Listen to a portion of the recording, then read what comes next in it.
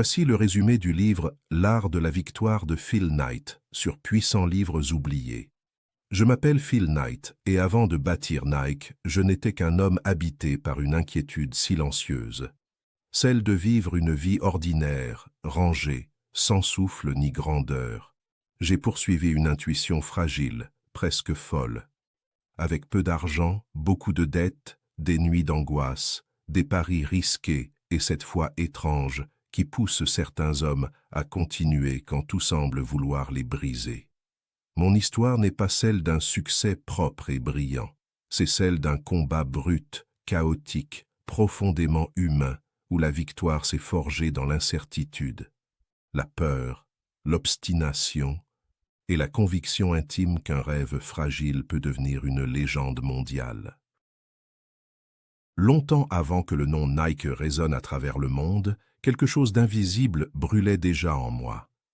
Une insatisfaction profonde face à l'idée d'une vie tracée d'avance, propre, raisonnable, mais intérieurement vide. L'idée de marcher sur un chemin ordinaire me donnait l'étrange sensation d'étouffer lentement sous le poids d'une existence sans élan. Je portais en silence cette peur obscure. Vivre sans jamais bâtir quelque chose qui dépasse ma propre vie. Alors je suis parti, non seulement pour voyager, mais pour chercher une direction que je ne savais pas encore nommer. À travers les routes du monde, entre doute, solitude et émerveillement, une intuition fragile a surgi comme une étincelle dans l'obscurité. Importer des chaussures de course japonaises, plus performantes, moins coûteuses, capables de défier les géants établis. Sur le papier, l'idée semblait mince, presque naïve, trop légère pour porter un destin immense. Pourtant, les grandes révolutions naissent rarement avec le visage de la certitude. Elles apparaissent souvent comme des murmures fragiles que seuls quelques esprits osent écouter. Ce premier pas n'était ni parfait ni rassurant, mais il portait en lui une vérité puissante. L'homme qui attend d'être prêt attend souvent toute sa vie. Tandis que celui qui ose avancer dans l'incertitude ouvre parfois la porte d'un empire que personne n'avait vu venir. Leçon 1. Commencer pauvre, rêver grand. Je n'avais ni empire, ni renommée, ni sécurité, seulement une idée fragile serrée dans mes mains comme une braise que le vent pouvait éteindre à tout instant. Une intuition presque silencieuse qui murmurait qu'au cœur de l'incertitude pouvait se cacher une destinée plus vaste que tout ce que la raison raisonnable osait imaginer. Le monde admire souvent la puissance visible des grandes marques, les bâtiments imposants, les chiffres vertigineux, la gloire éclatante qui semble avoir toujours existé, mais il oublie presque toujours la nudité des commencements.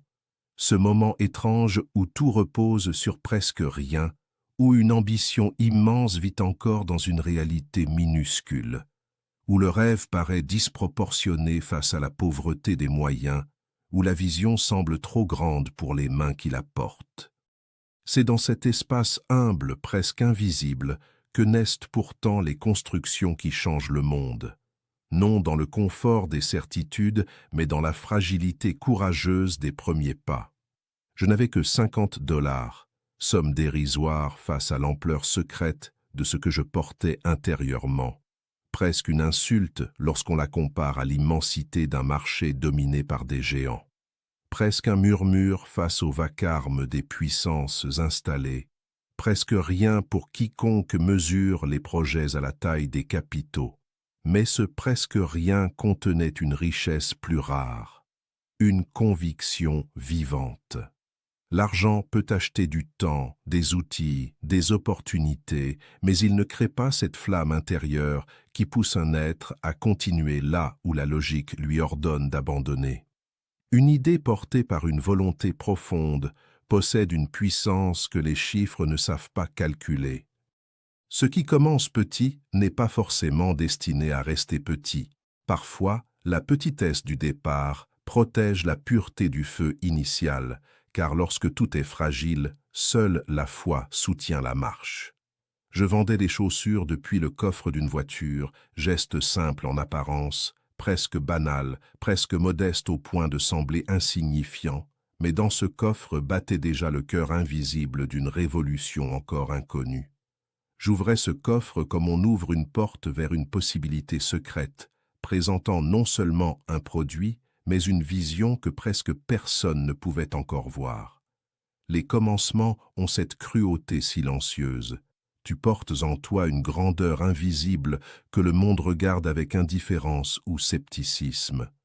Tu vois une forêt là où les autres ne voient qu'une graine. Tu sens une promesse là où l'extérieur ne perçoit qu'un effort maladroit. Et pourtant, c'est précisément dans cette solitude du regard que se forge la trempe intérieure des bâtisseurs. Celui qui a besoin que tous croient avant de commencer ne bâtira jamais rien de grand. Celui qui avance seul, avec une conviction intime, entre déjà dans une forme de noblesse rare. Convaincre sans réputation demande une force étrange, presque mystique, car il faut parler avec la puissance d'une crédibilité que l'on ne possède pas encore. Marcher avec l'assurance d'une stature que personne ne reconnaît, inspirer confiance, alors même que son nom ne pèse rien dans les esprits. Dans ces instants, l'être comprend une loi profonde de toute conquête. Avant que le monde croie en toi, il faut porter seul le poids entier de ta propre croyance. C'est un fardeau lourd, car le doute vient chaque jour murmurer sa fatigue, l'incertitude ronge les nuits, la peur s'infiltre dans les silences. Les refus se multiplient, les humiliations s'accumulent discrètement, mais quelque chose de plus puissant peut naître au milieu de cette épreuve, une colonne intérieure. À force d'être seul face au vide, l'âme développe une densité que le confort ne peut jamais offrir. Travailler dans l'incertitude ressemble à marcher dans le brouillard avec pour seule lumière une intuition intérieure que rien ne confirme encore extérieurement. Aucun chemin net, aucune garantie stable, aucun filet invisible prêt à retenir la chute, seulement des choix risqués, des décisions imparfaites, des paris dont l'issue demeure cachée derrière l'épaisseur du temps. Beaucoup fuient cet espace parce qu'il est inconfortable, mais c'est précisément là que se forme la matière secrète des grandes œuvres. Le brouillard oblige à développer une autre vision, moins dépendante des évidences visibles, plus fidèle à cette voix intime qui reconnaît parfois une direction avant même de pouvoir la prouver. Les grandes entreprises commencent rarement comme des certitudes mathématiques. Elles naissent souvent comme des intuitions vulnérables protégées par une volonté féroce. Construire alors que personne n'y croit forge une solitude intérieure particulière. Le silence des autres devient lourd, leur scepticisme devient une ombre constante, leur ironie subtile devient une pluie froide sur l'enthousiasme naissant. Certains regards te réduisent déjà à l'échec avant même que tu aies vraiment commencé. Certains conseils, présentés comme sagesse, ne sont que la peur habillée en prudence. Certains sourires polis cachent une conviction secrète, cela ne marchera jamais. Mais dans cet environnement hostile, une vérité profonde se révèle. Lorsqu'aucune validation extérieure ne vient nourrir la marche, l'âme doit apprendre à se nourrir d'elle-même. Et cette autonomie intérieure devient une puissance immense, car celui qui ne dépend plus des applaudissements précoces devient capable d'endurer les longues saisons invisibles de la construction. La foi dans les débuts n'est pas une naïveté aveugle. C'est une forme de vision intérieure qui tient debout là où les preuves manquent encore. C'est croire à l'arbre quand on ne possède qu'une graine, sentir la force d'un fleuve dans une simple source, reconnaître la possibilité d'un empire dans une réalité presque ridicule. Cette foi ne supprime pas le doute, elle marche avec lui, elle avance malgré lui, elle choisit le mouvement là où la peur recommande l'immobilité. Elle transforme l'incertitude en terrain d'initiation. Elle change l'échec temporaire en matière d'apprentissage. Elle convertit la fatigue en endurance. Elle fait d'un homme ordinaire le gardien d'une vision extraordinaire. Puis vient l'humiliation silencieuse des commencements, cette école cachée où l'ego est frotté contre la réalité rugueuse. Les refus, les portes fermées, les regards condescendants, les efforts invisibles que personne ne célèbre, les sacrifices que peu comprennent, les journées longues suivies de résultats maigres, cette impression parfois brutale de donner énormément sans recevoir de signes clairs en retour, tout cela travaille l'âme comme le feu travaille le métal.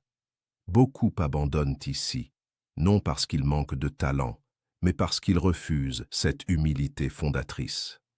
Pourtant, accepter d'être petit avant de devenir grand est souvent le prix secret de toute grandeur durable. Commencer pauvre, rêver grand, ce n'est pas seulement une situation économique, c'est une posture existentielle presque sacrée. C'est refuser que la petitesse du présent dicte la taille du futur. C'est marcher avec une richesse invisible que personne ne voit encore.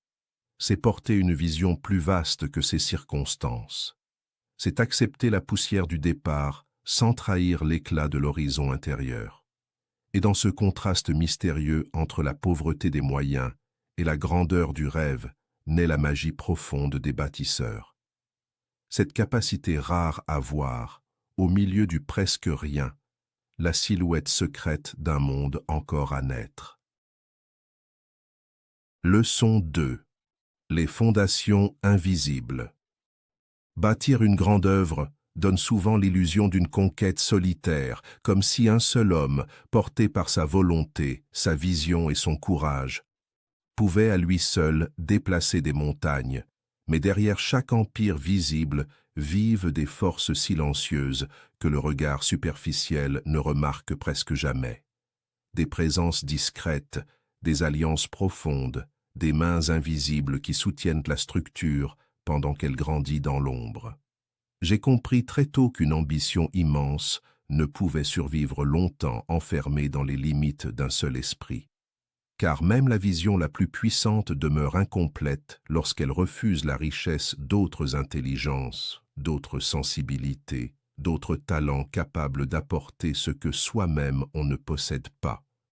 Une idée peut naître dans la solitude, mais elle devient monument lorsqu'elle rencontre les êtres justes, ceux qui reconnaissent dans une intuition fragile une promesse encore cachée, ceux qui savent voir la lumière d'un avenir là où la majorité ne voit qu'un risque inutile. Ma route a croisé celle de personnes dont la valeur dépassait largement la simple compétence, car certaines rencontres ne sont pas de simples collaborations. Elles ressemblent à des intersections secrètes du destin, des moments où une vision trouve enfin les épaules capables de porter avec elle le poids de sa croissance. Ces alliés deviennent alors plus que des partenaires. Ils deviennent des piliers invisibles, des gardiens silencieux d'un rêve commun, des présences qui transforment une volonté isolée en force collective. Dans les débuts fragiles, lorsque l'incertitude mord chaque décision, lorsqu'aucune sécurité stable ne protège la marche, lorsqu'une chute semble possible à chaque instant, la présence d'alliés sincères agit comme une architecture intérieure. Leur confiance nourrit la tienne, leur compétence complète tes failles, leur regard élargit ta vision, leur loyauté protège l'élan quand le doute cherche à tout affaiblir. Parmi ces présences fondatrices, Bill Bowerman fut une force singulière, presque alchimique. Là où beaucoup voyaient simplement une chaussure, lui percevait un instrument vivant capable de transformer la performance humaine. Il observait chaque détail avec l'obsession presque sacrée de celui qui refuse la médiocrité. Il cherchait non seulement à fabriquer un produit, mais à repousser les limites du possible. Cette exigence profonde m'a enseigné une vérité que peu comprennent. Une entreprise puissante ne grandit pas uniquement grâce à de bonnes idées commerciales. Elle s'élève lorsqu'elle honore une quête d'excellence presque spirituelle, lorsqu'elle traite la création non comme une simple marchandise, mais comme une œuvre portant une âme, une vision, une signature intérieure. Ce regard transforme le banal en exceptionnel, la fonction en expérience, le produit en symbole. J'ai aussi découvert qu'un bâtisseur sage ne cherche pas à être le plus fort partout. Il cherche à s'entourer de personnes plus fortes que lui, dans les domaines où lui-même reste limité. L'ego immature veut tout contrôler pour préserver une illusion de puissance, mais la vraie puissance réside souvent dans l'humilité stratégique, dans cette noblesse intérieure qui reconnaît sans honte ses manques et accueille des forces supérieures pour enrichir l'ensemble. Celui qui rassemble autour de lui des intelligences brillantes n'affaiblit pas son autorité. Il agrandit la portée de sa vision. Une entreprise ne devient pas grande parce qu'un homme sait tout. Elle devient grande parce qu'un homme assez lucide sait unir ce qu'il ne possède pas encore en lui. Là naît une forme rare de leadership, non pas dominer, mais harmoniser des puissances diverses au service d'un même horizon. Cette complémentarité ressemble à l'équilibre mystérieux des éléments dans la nature. Le feu seul consume, l'eau seule dissout, le vent seul disperse, la terre seule immobilise. Mais lorsque les forces se répondent avec justesse, un ordre supérieur apparaît. Dans une œuvre humaine, certains portent la vision, d'autres la structure, certains incarnent l'audace, d'autres la prudence, certains ouvrent les chemins, d'autres consolident les fondations, certains allument l'étincelle, d'autres entretiennent patiemment la flamme. Vouloir remplacer toutes ces fonctions par une seule énergie mène souvent à l'épuisement ou à l'effondrement. Comprendre la puissance de la complémentarité, c'est accepter que la grandeur soit une symphonie, non un monologue. Peu à peu, une culture d'équipe est née, non comme une formule théorique écrite dans des documents impeccables, mais comme une vibration intérieure partagée. Une manière commune d'habiter le travail, une énergie collective nourrie par la passion, l'effort, l'imperfection assumée, la folie créatrice et cette étrange joie de bâtir quelque chose de plus grand que soi. Une culture authentique ne se décrète pas. Elle se transmet par l'exemple, par les gestes quotidiens, par l'esprit invisible qui circule entre les êtres et façonne leur manière d'agir, même lorsque personne ne regarde.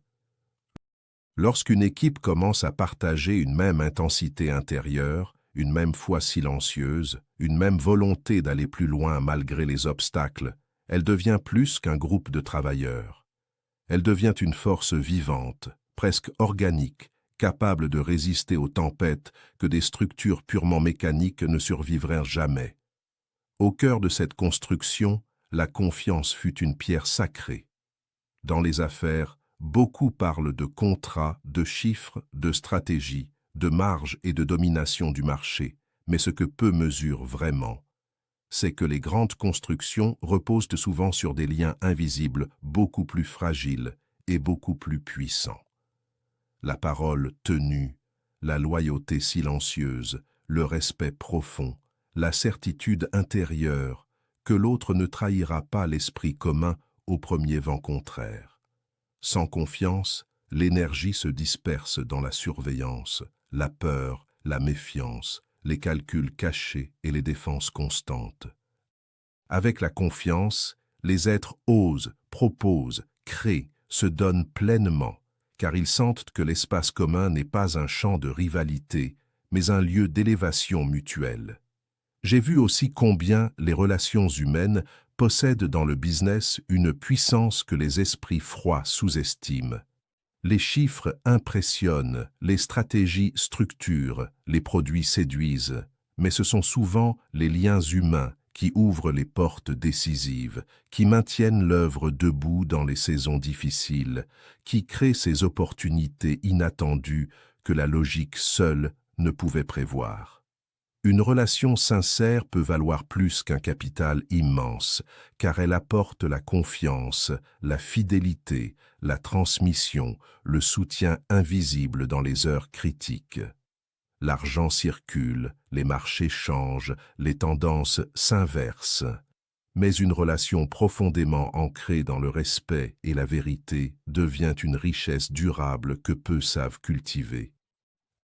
Avec le temps, j'ai compris une loi mystérieuse. Les fondations invisibles portent souvent plus de poids que les structures visibles. Le monde voit les victoires éclatantes, Les logos célèbres, la reconnaissance mondiale, les chiffres colossaux et les symboles du succès.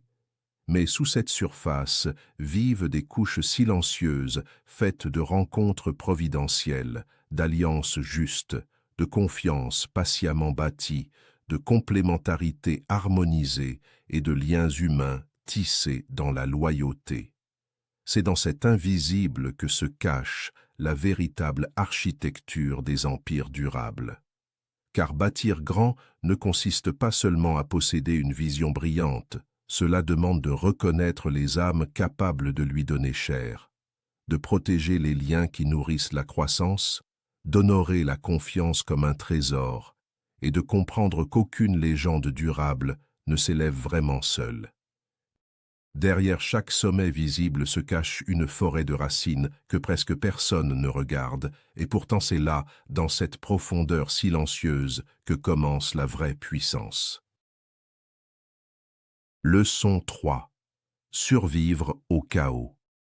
Le monde admire volontiers la lumière des grandes réussites, mais il ignore presque toujours la longue nuit intérieure qui précède leur éclat. Cette traversée rude où chaque jour ressemble à une lutte silencieuse contre l'effondrement, où la victoire paraît lointaine tandis que la chute semble proche, où l'esprit doit apprendre à respirer sous une pression constante sans laisser sa flamme intérieure s'éteindre.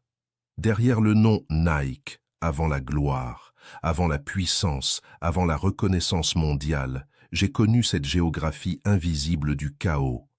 Un territoire où l'incertitude devenait compagne quotidienne, où chaque décision portait en elle le parfum du risque, où l'avenir semblait suspendu à des fils si fragiles qu'un simple souffle contraire pouvait tout rompre.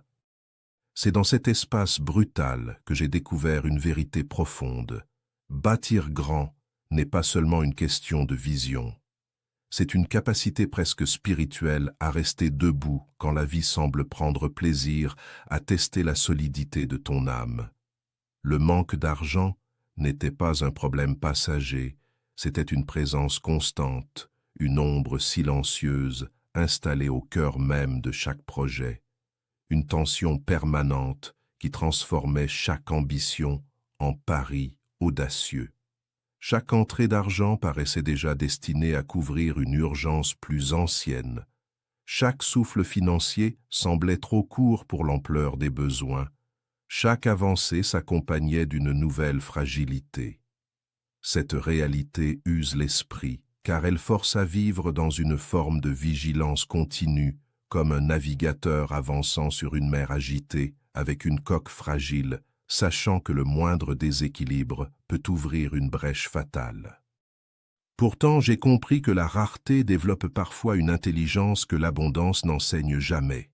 Lorsque les ressources sont limitées, la créativité devient plus aiguisée, la lucidité plus fine, l'instinct plus vivant, et la moindre opportunité reçoit l'attention sacrée qu'elle mérite.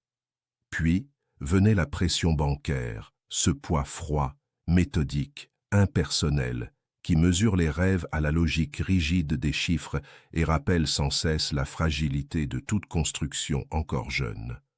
Les banques ne voient pas une vision. Elles voient des risques, des bilans, des dettes, des probabilités d'échec. Leur regard n'est pas cruel, mais il est dénué de poésie, étranger à la foi intérieure qui anime un bâtisseur. Se tenir face à cette mécanique financière lorsqu'on porte une ambition immense mais encore instable demande une force psychologique rare, car il faut défendre une promesse que le présent ne prouve pas encore, expliquer un futur invisible à des esprits ancrés dans le tangible, convaincre là où la réalité immédiate semble donner raison au doute. Dans ces confrontations silencieuses, j'ai senti combien le monde extérieur teste sans cesse la densité intérieure d'un homme.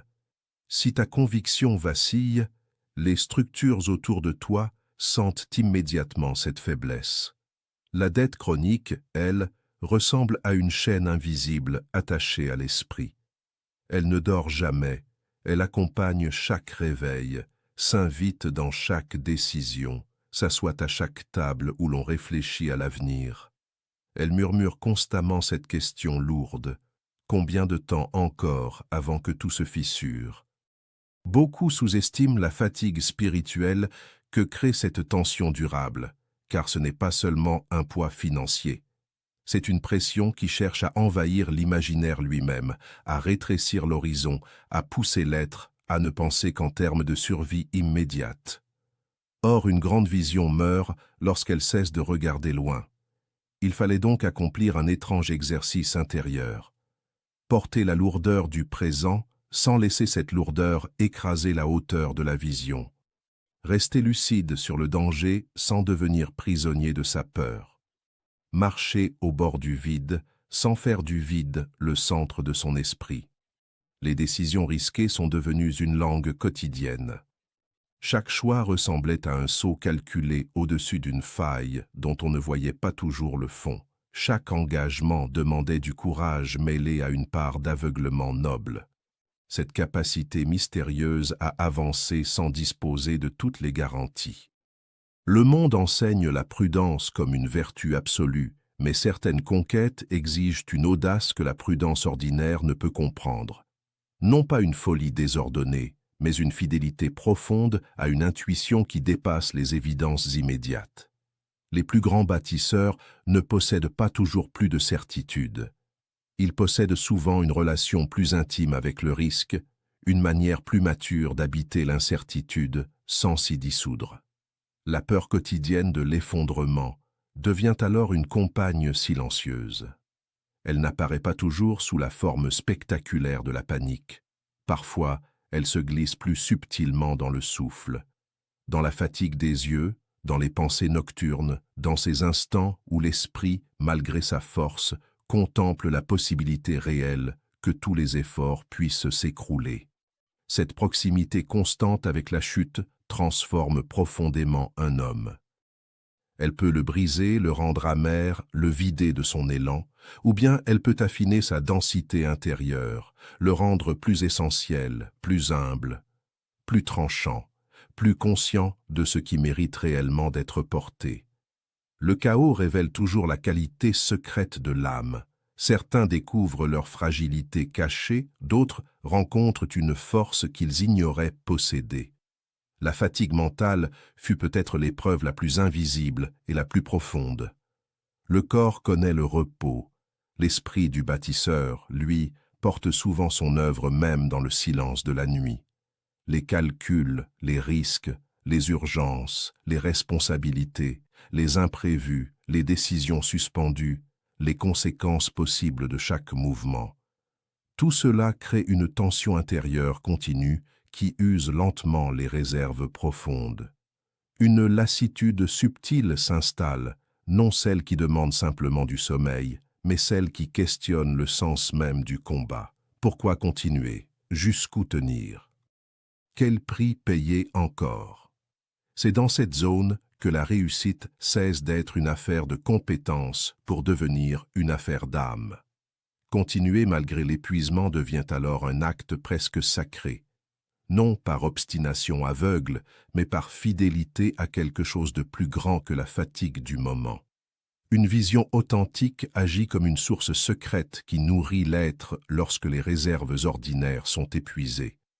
Elle rappelle pourquoi la route a commencé. Elle redonne une forme de souffle lorsque tout semble lourd. Elle murmure qu'au-delà de la tempête existe peut-être une rive que le regard fatigué ne voit pas encore. Dans ces moments, la victoire n'est pas de conquérir un marché. La victoire est d'abord intérieure, c'est cette capacité à ne pas laisser le chaos voler son centre. Avec le temps, j'ai compris que survivre au chaos forge une stature que le confort ne peut jamais produire. Les tempêtes creusent la profondeur, la pression révèle la solidité cachée. Les nuits difficiles enseignent une sagesse rude mais précieuse. L'incertitude oblige l'esprit à devenir plus vaste que ses peurs. Ce que le chaos détruit, ce sont les illusions fragiles. Ce qu'il laisse debout, c'est l'essentiel. Et lorsqu'un être traverse ce feu sans perdre la vérité de sa vision, quelque chose change définitivement en lui. Il cesse d'être simplement un homme qui poursuit un rêve. Il devient une conscience forgée par l'épreuve, une force intérieure que même les vents contraires commencent à respecter silencieusement. Car au cœur des grandes constructions se cache souvent cette loi oubliée. La gloire visible est souvent née d'un long dialogue secret avec le chaos, et ceux que le monde appelle victorieux sont bien souvent ceux qui, dans les heures sombres où tout semblait vaciller, ont simplement choisi une fois encore de continuer. Leçon 4. La guerre du marché. Bâtir une entreprise n'est jamais une simple aventure de création. C'est entrer dans une arène invisible où les idées deviennent des armes, où la vitesse devient une loi impitoyable, où la moindre faiblesse attire immédiatement l'appétit de forces plus grandes, plus anciennes, mieux armées, et où chaque avancée exige non seulement du génie, mais une capacité presque guerrière à protéger ce qui a été construit avec tant de sacrifices.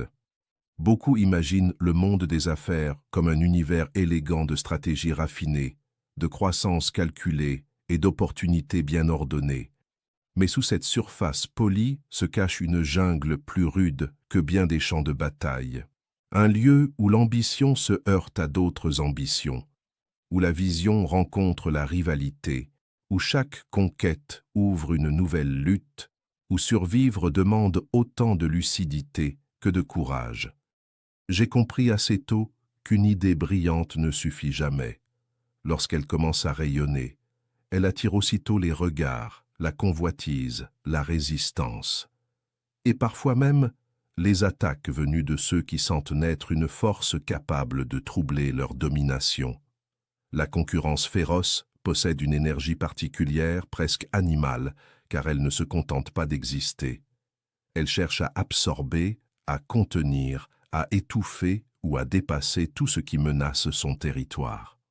Entrer dans un marché dominé par des puissances installées revient à marcher dans une salle où chacun connaît déjà sa place, sauf toi. Tu arrives avec une intuition, une audace, une volonté farouche, mais face à toi se dressent des structures riches d'expérience, de capitaux, d'influence et d'habitudes profondément enracinées dans l'esprit des consommateurs. Leur force ne réside pas seulement dans leurs moyens, mais dans cette inertie du monde qui préfère souvent ce qu'il connaît déjà. Briser cette inertie demande plus qu'un bon produit. Cela demande une énergie presque magnétique, une manière de frapper l'imaginaire collectif, de créer une rupture, d'introduire dans le marché une vibration nouvelle que l'ancien ordre ne sait pas encore contenir. Puis viennent les conflits commerciaux, ces affrontements plus subtils que la violence visible, mais parfois plus épuisants encore. Derrière chaque accord se cache un rapport de force, derrière chaque négociation, une tension silencieuse, derrière chaque partenariat, une fragilité potentielle. Le commerce n'est pas seulement l'échange de biens, c'est une danse complexe entre intérêts, loyauté temporaire, stratégie cachée et équilibres instables. Dans cet univers, la naïveté coûte cher. Croire que tous avancent avec la même transparence intérieure mène souvent à des réveils brutaux. Il faut apprendre à lire entre les lignes, sentir ce qui n'est pas dit, percevoir la direction secrète des intentions, comprendre que certaines mains serrées portent déjà une autre stratégie dans l'ombre. Cette lucidité n'exige pas la méfiance maladive, mais une conscience mature de la nature humaine, mélange troublant d'ambition, de peur, de désir de puissance et parfois de noblesse réelle. La dépendance aux fournisseurs fut une autre leçon rude, car bâtir sur une force extérieure revient toujours en partie à placer son souffle entre les mains d'un autre. Lorsque ton élan dépend d'une source que tu ne contrôles pas pleinement, une vulnérabilité silencieuse s'installe au cœur même de ta croissance. Tu peux avoir une vision claire, une équipe forte, une marque montante, un marché prometteur, mais si la racine matérielle de ton expansion repose sur une volonté extérieure, tu avances avec une fragilité cachée. Cette dépendance enseigne une vérité profonde. Toute puissance qui ne maîtrise pas une partie essentielle de sa chaîne demeure exposée à une secousse imprévisible. Il devient alors vital de penser non seulement en créateur, mais en stratège, d'élargir son autonomie, de bâtir des alternatives, de ne jamais laisser une seule porte contrôler l'entrée de ton destin. Les menaces juridiques apparaissent ensuite comme des ombres froides, rigides, parfois injustes, souvent implacables. Là où le bâtisseur voit une aventure vivante, le droit voit des lignes, des limites, des cadres, des conflits d'intérêts et des batailles de légitimité. Lorsqu'une entreprise grandit, elle cesse d'être invisible, elle entre dans la lumière, et avec cette lumière viennent aussi les regards qui scrutent, les rivaux qui contestent, les institutions qui encadrent, les attaques qui cherchent une faille. Une action en justice n'est pas seulement un combat technique. Elle agit comme une intrusion dans l'énergie même de la construction. Elle vole du temps, disperse l'attention, épuise les ressources, installe une tension mentale qui détourne du cœur créatif de l'œuvre. Traverser ces épreuves demande une colonne intérieure stable, car l'homme qui se laisse consumer par chaque bataille secondaire oublie parfois la guerre essentielle, continuer d'avancer. Dans cette arène, le rapport entre innovation et imitation révèle une loi presque cruelle. Le monde célèbre l'originalité, mais il copie avec une rapidité féroce ce qui commence à fonctionner. Ce que tu crées avec douleur, d'autres cherchent à reproduire avec facilité. Ce que tu portes avec vision, certains le reproduisent sans âme mais avec efficacité commerciale. Cette réalité peut remplir le cœur d'amertume si l'on ne comprend pas une vérité plus profonde. L'imitation peut reproduire la forme, mais elle peine à capturer l'esprit vivant d'une création authentique. Une œuvre née d'une conviction profonde possède une énergie, une identité, une vibration que la simple copie peine à égaler. Voilà pourquoi la vraie réponse à l'imitation n'est pas seulement la défense, c'est le mouvement constant, la capacité à rester créateur, à évoluer plus vite que ceux qui poursuivent ton ombre. Défendre sa place devient alors un art intérieur autant qu'extérieur. Ce n'est pas s'accrocher avec peur à ce que l'on possède, c'est renforcer continuellement la valeur de ce que l'on incarne. Une position solide ne se protège pas uniquement par des murs, elle se protège par une excellence vivante, une culture forte, une innovation continue, une identité claire et une relation profonde avec ceux que l'on sert. Lorsqu'une marque devient plus qu'un produit, lorsqu'elle devient symbole, émotion, aspiration, langage partagé, elle entre dans une dimension où la simple concurrence ne suffit plus à l'effacer. Elle cesse d'être une offre parmi d'autres, elle devient une force psychologique inscrite dans la conscience collective. Mais rester dans une logique purement défensive finit par affaiblir l'âme d'une entreprise. J'ai compris qu'à un certain niveau, il faut apprendre la stratégie offensive non comme violence aveugle, mais comme art d'ouvrir les chemins avant les autres, de définir le rythme du marché plutôt que de le subir, d'imposer sa vision au lieu de réagir constamment aux mouvements adverses. L'offensive véritable naît d'une confiance profonde dans sa propre capacité créatrice. Elle ose surprendre, déplacer les lignes, inventer des espaces nouveaux, transformer les règles plutôt que jouer éternellement selon celles des autres. C'est là qu'une entreprise cesse de lutter pour survivre, elle commence à façonner le monde autour d'elle. Au fond, la guerre du marché révèle une sagesse plus vaste que le simple business. Elle enseigne que toute œuvre vivante attire la rivalité, que toute lumière naissante provoque des ombres, que toute expansion réveille des résistances et que la vraie force n'est pas d'éviter ces confrontations, mais de traverser ce champ de tension sans perdre son centre. Car dans le tumulte des batailles visibles, une victoire plus rare se dessine silencieusement, celle de rester fidèle à sa vision tout en devenant assez fort pour la protéger, assez intelligent pour l'adapter, assez audacieux pour l'imposer et assez profond pour comprendre que les plus grandes conquêtes ne se gagnent jamais dans le confort, mais dans cette zone mystérieuse où le courage, la lucidité et la volonté se rencontrent pour forger une légende. Leçon 5. Créer une identité puissante.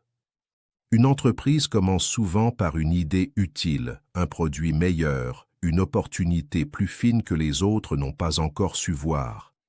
Mais aucune grande construction ne devient légende en restant seulement utile. Car l'utilité nourrit un besoin tandis que l'identité touche quelque chose de plus profond, quelque chose d'invisible dans l'être humain. Une zone secrète où vivent le désir d'appartenance, l'aspiration à se dépasser, la soif de sens, la fascination pour les symboles qui incarnent une énergie plus grande que la simple matière. J'ai compris au fil du combat qu'un produit, même excellent, reste vulnérable s'il n'est qu'un objet parmi d'autres, alors qu'une identité forte devient une présence psychologique, presque une force vivante capable d'habiter l'imaginaire collectif, de pénétrer la mémoire, de provoquer une émotion immédiate, de créer un lien si profond que l'achat cesse d'être une transaction pour devenir une adhésion intime à une vision du monde. Avant que Nike ne naisse vraiment dans l'esprit des foules, il fallait d'abord que quelque chose naisse intérieurement dans le cœur de ceux qui la construisaient, une conscience claire de ce que cette marque devait représenter au-delà de la chaussure elle-même. Le monde du sport n'avait pas besoin d'un simple fabricant de plus. Il avait besoin d'un souffle, d'un symbole, d'une vibration nouvelle, d'une bannière invisible capable de parler à la part conquérante de l'être humain, à cette zone intérieure qui refuse la stagnation, qui veut courir plus loin, sauter plus haut, repousser ses limites et sentir dans son effort la noblesse silencieuse du dépassement de soi. Une marque puissante naît lorsqu'elle capte une vérité humaine profonde et lui donne une forme visible. Le choix du nom fut une étape presque mystique, car nommer, c'est donner une âme. C'est fixer une fréquence, c'est offrir à une idée un visage sonore capable de traverser le temps. Un nom faible reste un bruit, un nom juste devient une invocation. Lorsque le nom Nike s'est imposé, il portait déjà en lui une force symbolique rare, puisée dans Nike, cette image ancienne de la victoire ailée, de l'élan triomphant, de la conquête habitée par une puissance supérieure. Ce n'était pas seulement un mot court, percutant, mémorable, c'était une vibration.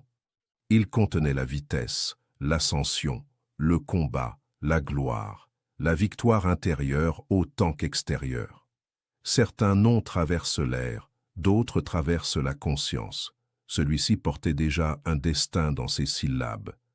Puis vint le logo, ce signe simple en apparence mais chargé d'une énergie silencieuse.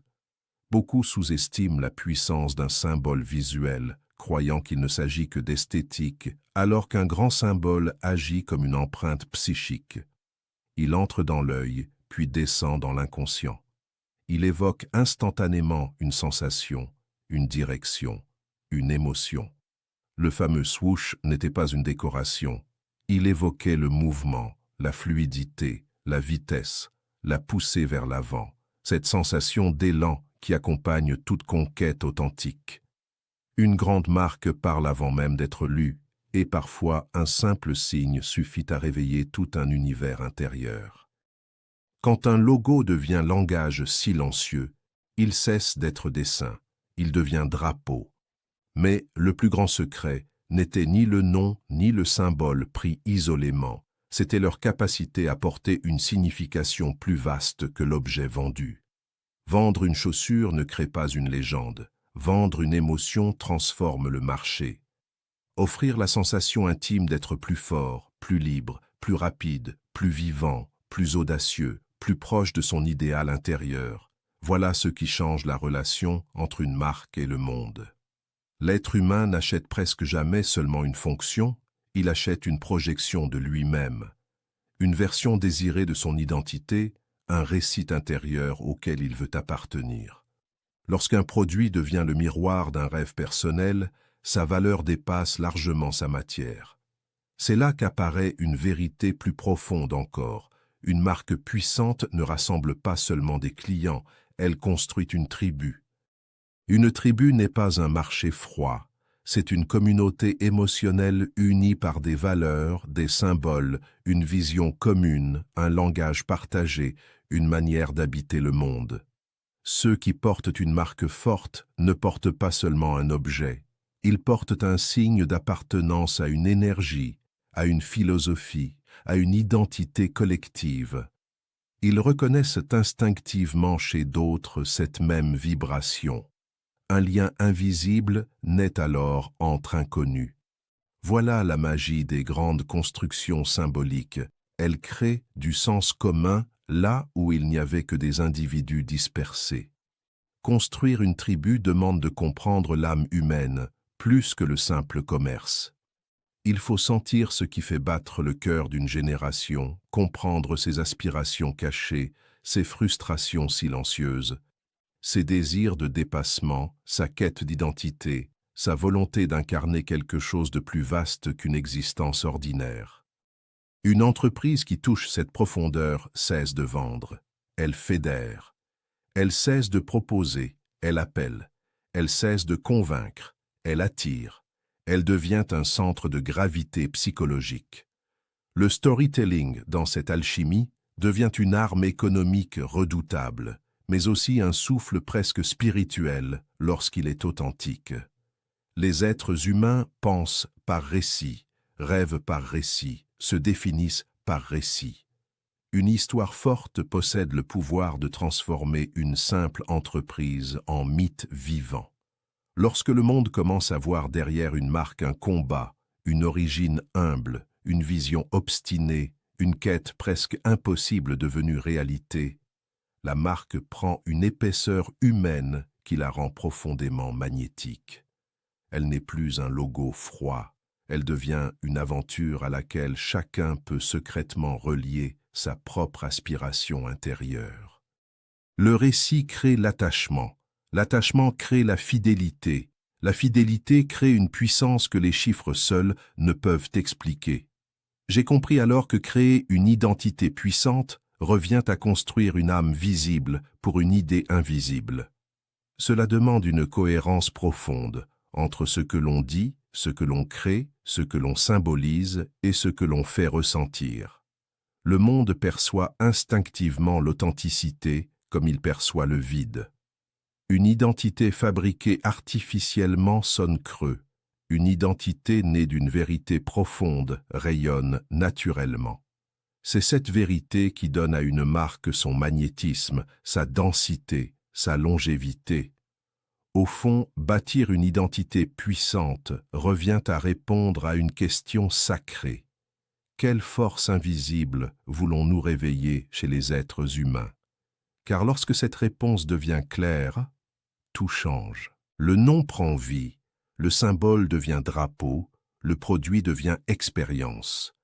Le client devient membre d'une tribu et l'entreprise cesse d'être une simple activité économique pour devenir une présence culturelle, psychologique, presque mythologique. C'est ainsi que certaines marques dépassent le commerce pour entrer dans l'histoire, non parce qu'elles vendent davantage, mais parce qu'elles incarnent quelque chose que l'âme humaine reconnaît instinctivement comme une promesse de dépassement, de puissance et de victoire intérieure. Leçon 6. Le prix caché de l'ambition.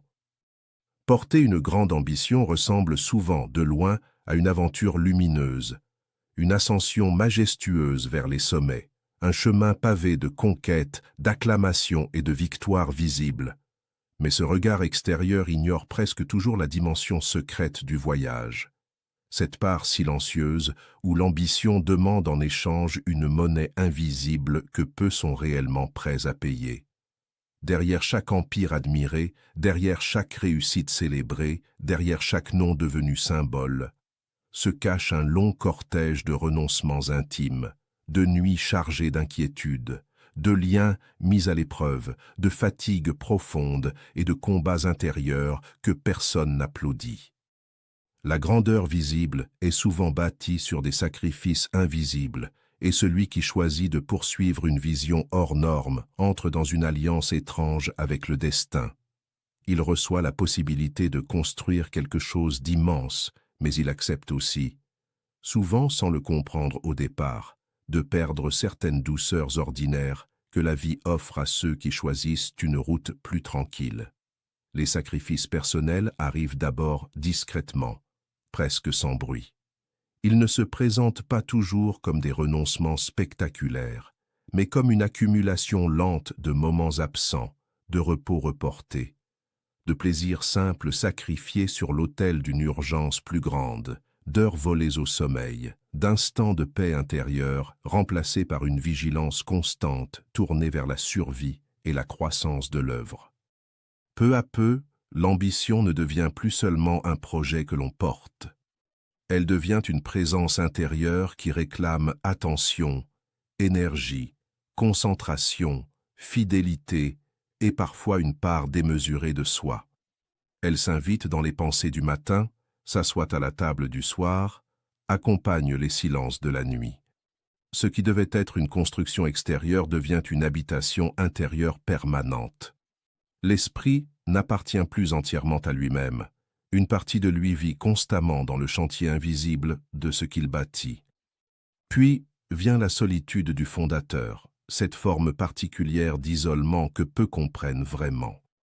Même entouré, même soutenu, même admiré, celui qui porte la vision initiale connaît souvent une chambre intérieure où il demeure seul face au poids réel des décisions, seul face à la responsabilité des conséquences, seul face à cette étrange charge d'imaginer ce que les autres ne voient pas encore, tout en avançant malgré l'absence de certitude.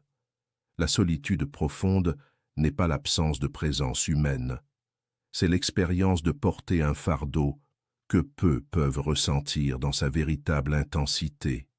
Certaines peurs ne se partagent pas entièrement. Certaines décisions se prennent dans un silence absolu de l'âme. Certaines nuits confrontent l'être à des questions si lourdes qu'aucune conversation ne peut réellement en alléger le poids. Là, dans cet espace silencieux, un homme découvre soit sa fracture intérieure, soit une densité nouvelle de son être. La pression psychologique agit alors comme une mer invisible qui frappe continuellement les rivages de l'esprit. Les responsabilités s'accumulent, les attentes grandissent, les risques deviennent plus vastes, les erreurs potentielles plus coûteuses. Et l'âme commence à porter un niveau de tension que les apparences extérieures cachent habilement. Le monde voit la stature, mais ignore la charge nerveuse qui l'accompagne. Chaque choix devient lourd de conséquences. Chaque faux pas semble pouvoir déclencher une avalanche. Chaque décision demande de trancher dans l'incertitude avec une lucidité que la fatigue rend plus difficile à maintenir.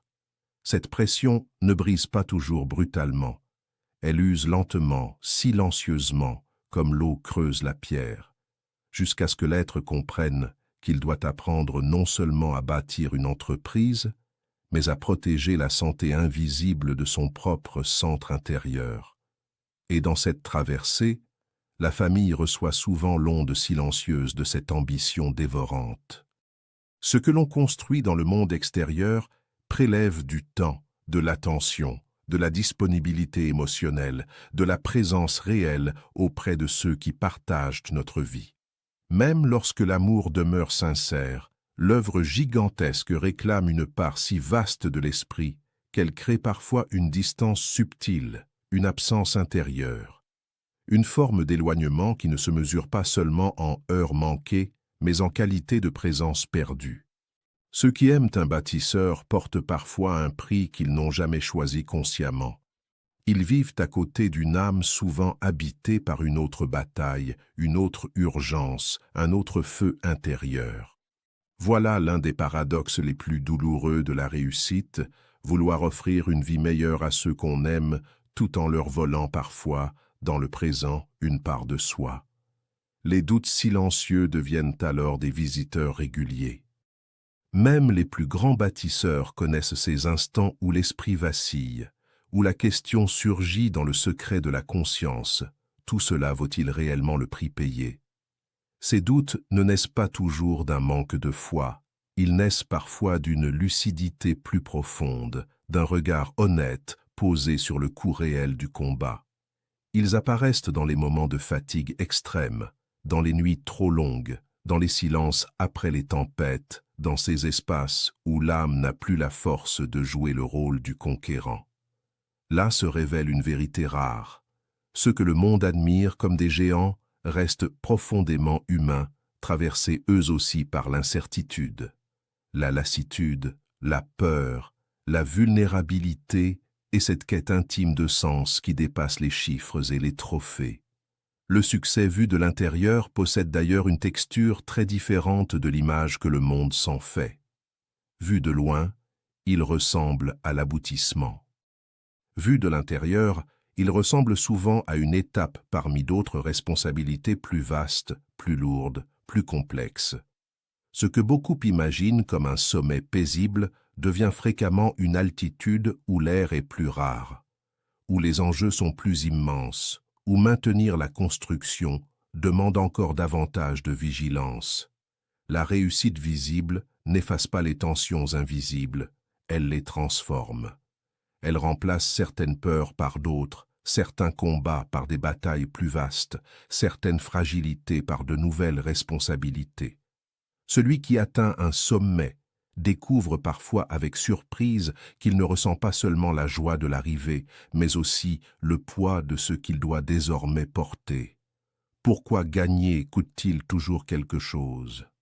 Parce que toute conquête authentique exige une transmutation de l'être.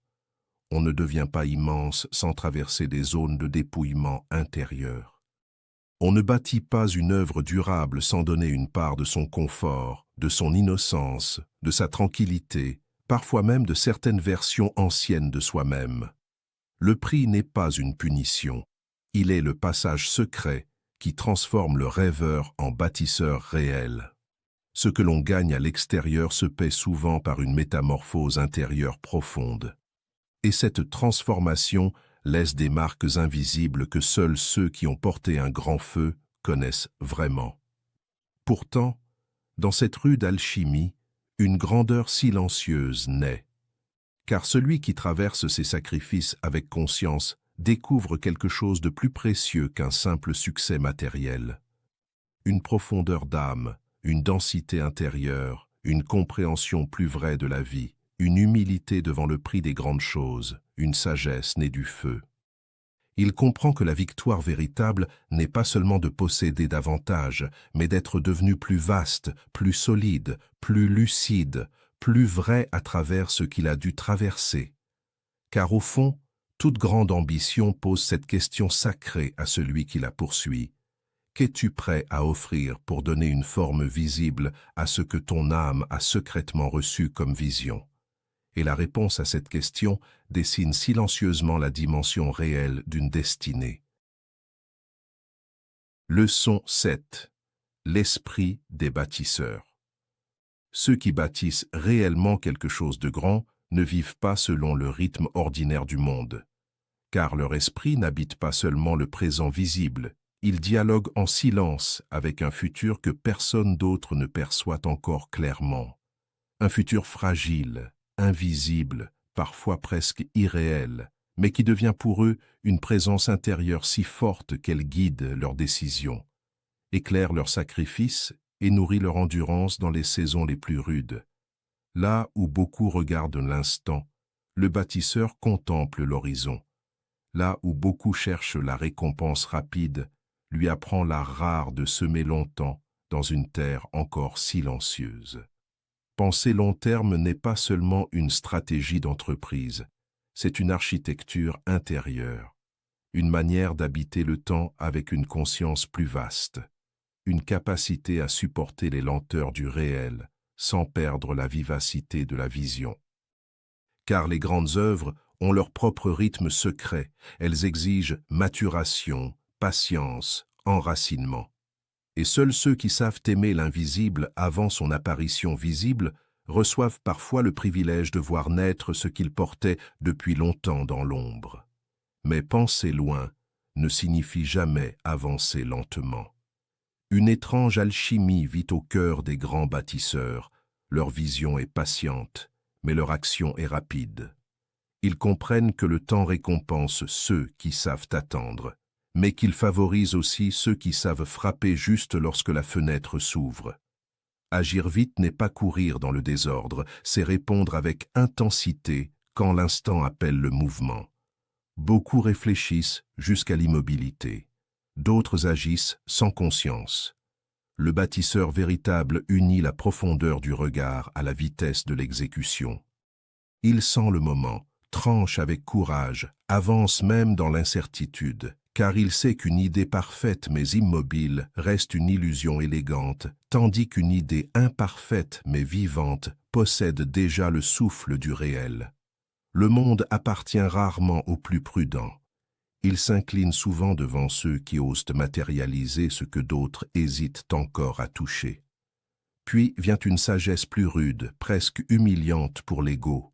Accepter l'imperfection. L'esprit idéaliste rêve de pureté absolue, d'exécution parfaite, de maîtrise totale, mais la vie concrète avance dans le mélange, dans l'approximation, dans les essais inachevés, dans les formes encore brutes qu'il faut aimer assez pour les améliorer avec le temps. Celui qui refuse l'imperfection refuse souvent la naissance réelle des choses. Toute œuvre commence incomplète, maladroite, fragile, parfois décevante au regard de la vision intérieure qui l'a inspirée. Pourtant, c'est dans cette matière imparfaite que se cache la possibilité du chef-d'œuvre futur. Le bâtisseur mûr cesse d'adorer l'idée parfaite. Il apprend à façonner avec fidélité ce qui existe réellement entre ses mains.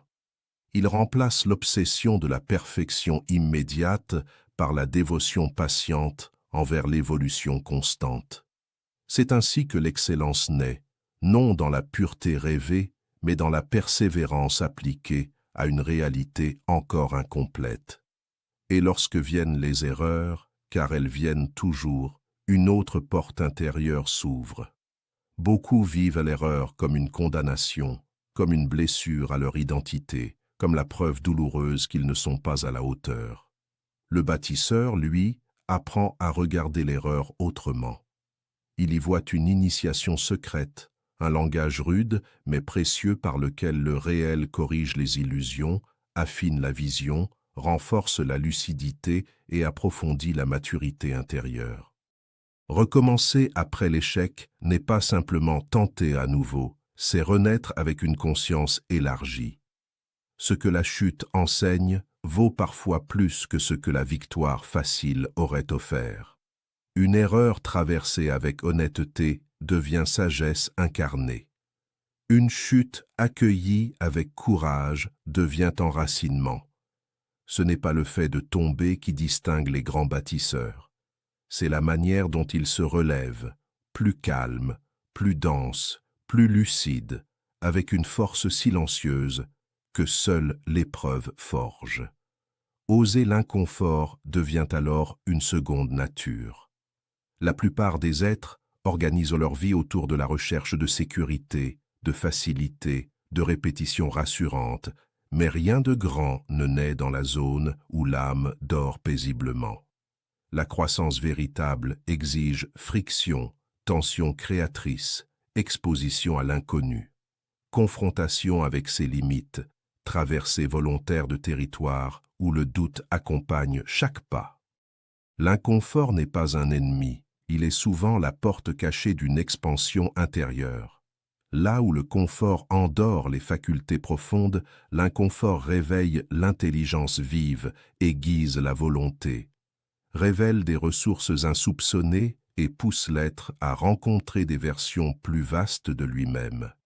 Celui qui apprend à habiter l'inconfort sans se briser découvre une liberté rare.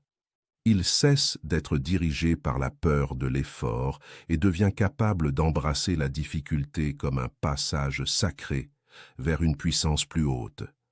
Car la peur, justement, accompagne toute grande aventure. Elle n'épargne personne.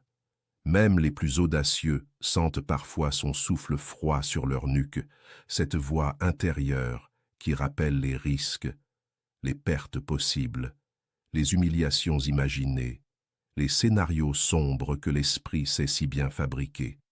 Mais le secret n'est pas de supprimer la peur.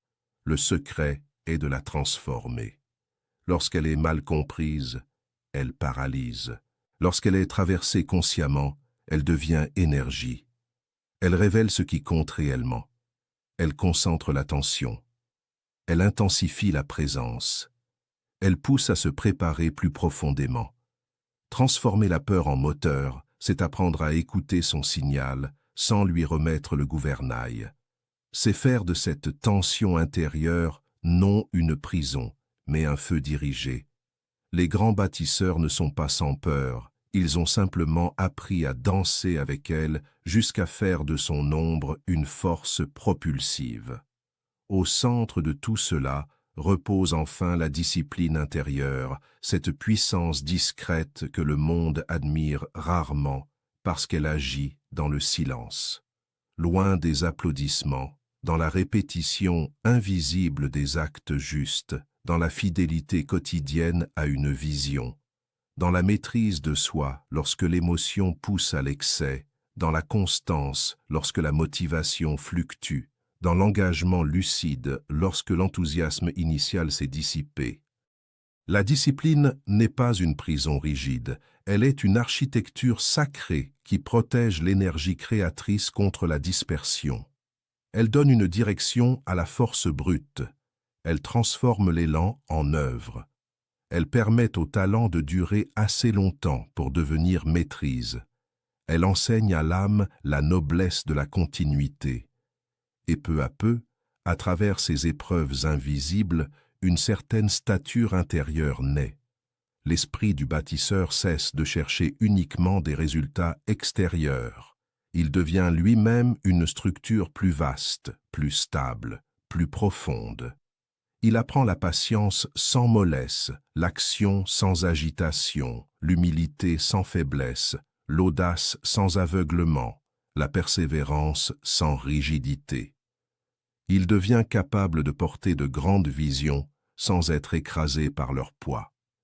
Il comprend que construire une œuvre revient d'abord à construire l'être capable de la soutenir. Car au fond, les plus grandes bâtisses du monde ne sont jamais seulement faites de pierre, d'argent ou de stratégie.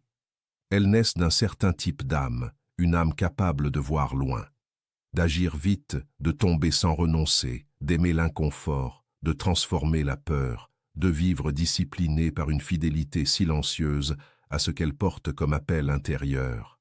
Voilà la matière invisible des empires durables. Voilà la forge secrète des légendes.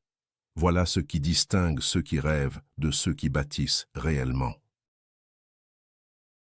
Leçon 8. Quand le rêve devient empire. Au commencement, un grand rêve ressemble toujours à une étincelle fragile portée par des mains incertaines, une intuition presque invisible que peu comprennent, une vision silencieuse que le monde regarde souvent avec scepticisme ou indifférence.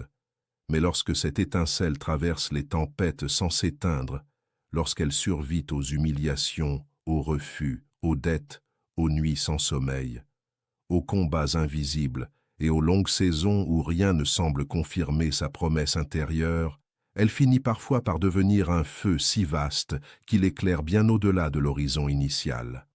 Alors naît cette métamorphose rare où une idée cesse d'être un simple projet pour devenir une force culturelle, économique et symbolique capable de toucher des millions de vies.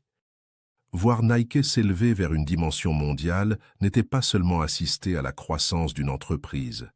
C'était contempler la transfiguration d'une intuition intime en présence planétaire, le passage mystérieux d'un rêve presque solitaire à une empreinte gravée dans la conscience collective.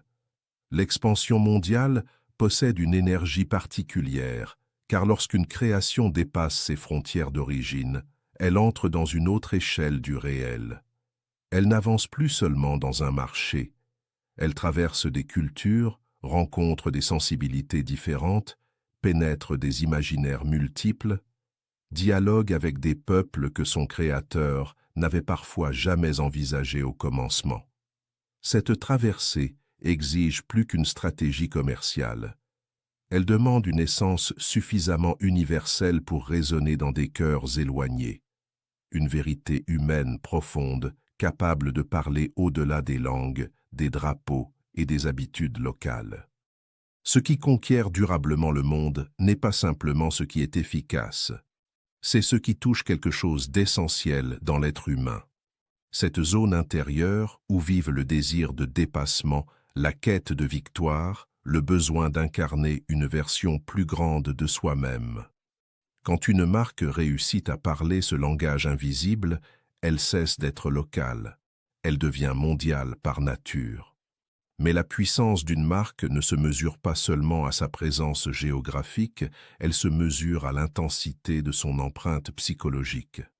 Lorsqu'un symbole entre dans l'imaginaire collectif avec une telle force qu'il évoque instantanément une émotion, une aspiration, une énergie intérieure, il devient plus qu'un nom, il devient un archétype vivant. C'est là que réside la vraie puissance. Une marque puissante n'occupe pas seulement des vitrines ou des écrans.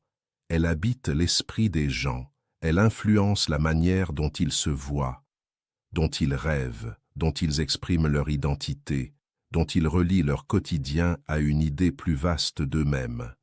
Elle devient une forme de langage silencieux. Porter ce symbole n'est plus seulement porter un objet, c'est porter une appartenance, une énergie, une affirmation intime. Et lorsque ce lien se tisse à grande échelle, la marque acquiert une force que la concurrence comprend difficilement, car elle n'est plus seulement économique, elle devient émotionnelle, culturelle et presque mythologique. Puis arrive ce moment étrange, presque irréel, où le travail acharné bascule vers la légende. Ce basculement ne se produit pas soudainement. Il naît d'une accumulation invisible de fidélité, de constance, de vision et de résistance aux tempêtes.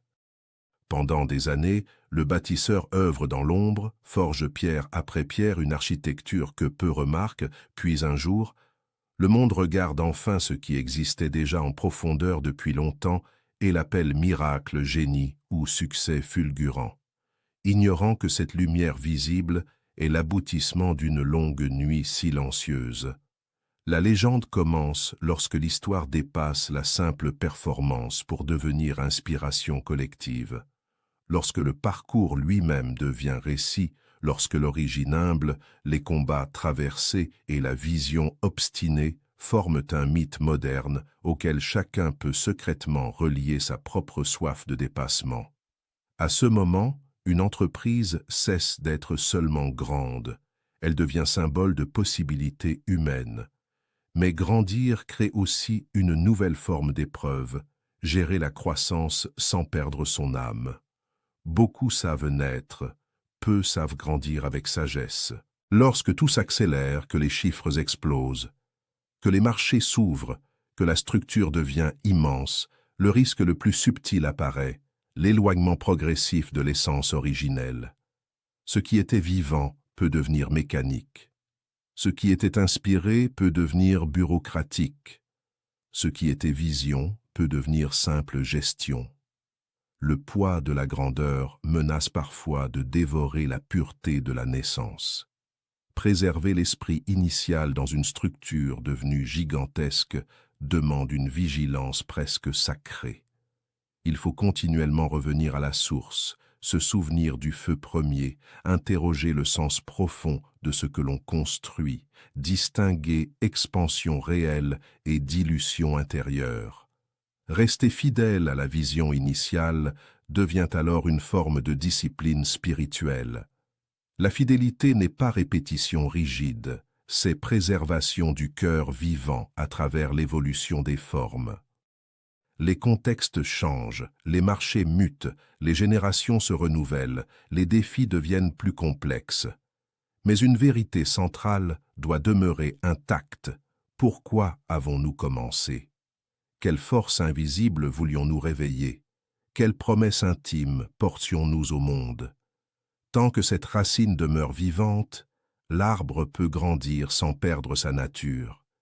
Dès qu'elle s'assèche, même la plus vaste croissance devient intérieurement vide. Le leadership dans la grandeur exige lui aussi une métamorphose profonde. Conduire une petite aventure et porter un empire ne demande pas la même stature intérieure. À grande échelle, chaque décision crée des ondes vastes.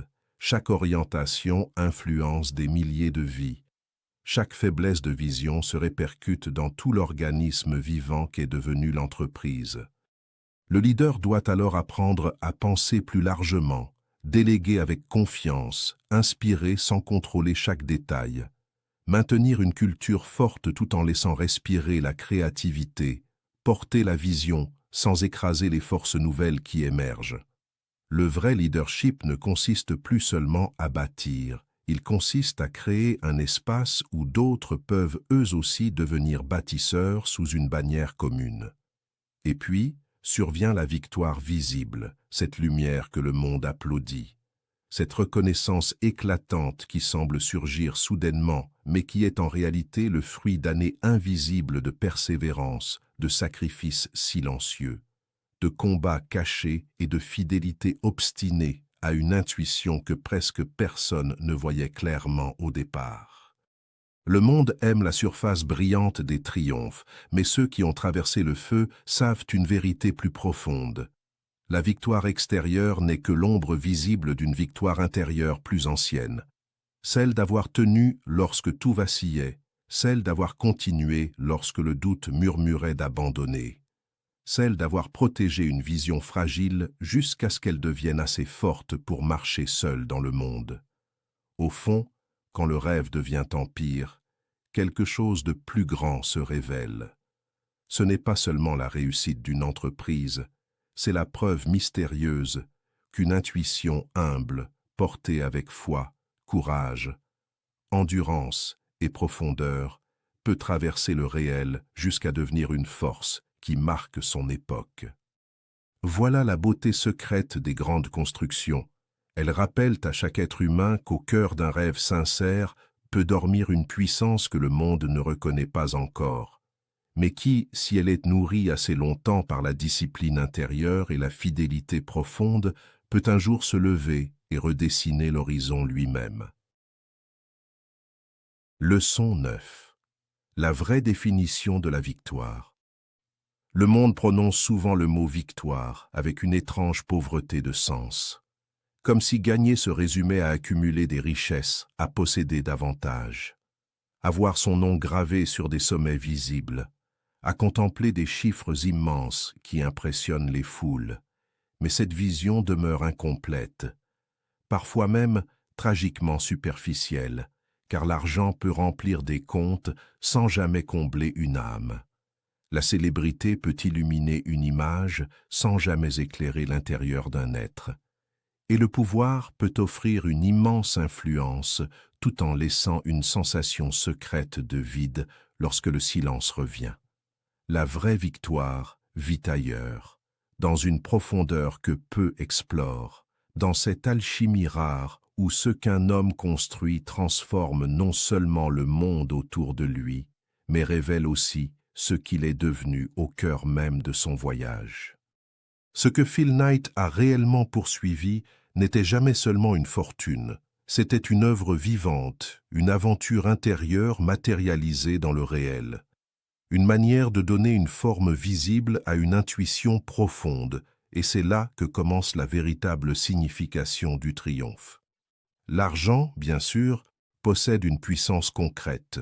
Il ouvre des portes, protège contre certaines vulnérabilités, offre une liberté de mouvement que l'insécurité financière limite durement. Le mépriser serait naïf. Pourtant, l'argent seul ne possède aucune âme. Il amplifie ce qui existe déjà en nous, mais il ne crée pas à lui seul le sens profond d'une existence. un homme peut devenir immensément riche tout en restant intérieurement pauvre, coupé de sa vocation, éloigné de sa vérité intime, prisonnier d'une réussite qui ne nourrit plus rien de sacré en lui. À l'inverse, celui qui bâtit une œuvre alignée avec une force authentique de son être touche une forme de richesse plus vaste, une abondance qui dépasse la possession matérielle pour entrer dans le domaine de la signification. La victoire authentique ne consiste pas simplement à avoir beaucoup. Elle consiste à devenir profondément relié à ce que l'on porte comme mission intérieure. Construire quelque chose qui dépasse sa propre vie représente une autre dimension de la victoire, plus rare, plus noble, presque spirituelle. Beaucoup vivent en cercle fermé autour de leurs besoins immédiats, de leur confort, de leur peur, de leurs désirs personnels. Mais certains choisissent d'ériger quelque chose qui continuera de respirer au-delà d'eux. Une création capable de survivre à leur présence physique, de porter encore une énergie, une culture, une inspiration, une trace vivante dans le monde. Lorsqu'une œuvre dépasse son créateur, celui-ci entre dans une forme de dialogue silencieux avec le temps. Il cesse de bâtir uniquement pour aujourd'hui. Il commence à semer pour des saisons qu'il ne verra peut-être jamais pleinement. Voilà une grandeur rare. Accepter de consacrer sa vie à quelque chose dont la pleine floraison dépassera parfois sa propre existence. Cette idée conduit naturellement vers la question de l'héritage. L'héritage n'est pas seulement ce que l'on laisse, c'est ce que l'on imprime dans la conscience du monde. Certains laissent des fortunes vite dissipées, d'autres laissent des structures solides, d'autres encore laissent des idées, des symboles, des récits, des modèles de courage, des preuves vivantes qu'une autre manière d'habiter la vie est possible. Un héritage profond agit comme une onde qui continue longtemps après le départ de sa source. Il inspire des inconnus, nourrit des vocations, transforme des imaginaires, réveille des forces endormies chez d'autres êtres.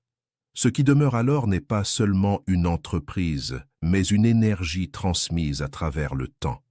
Voilà pourquoi certaines vies résonnent longtemps après leur silence.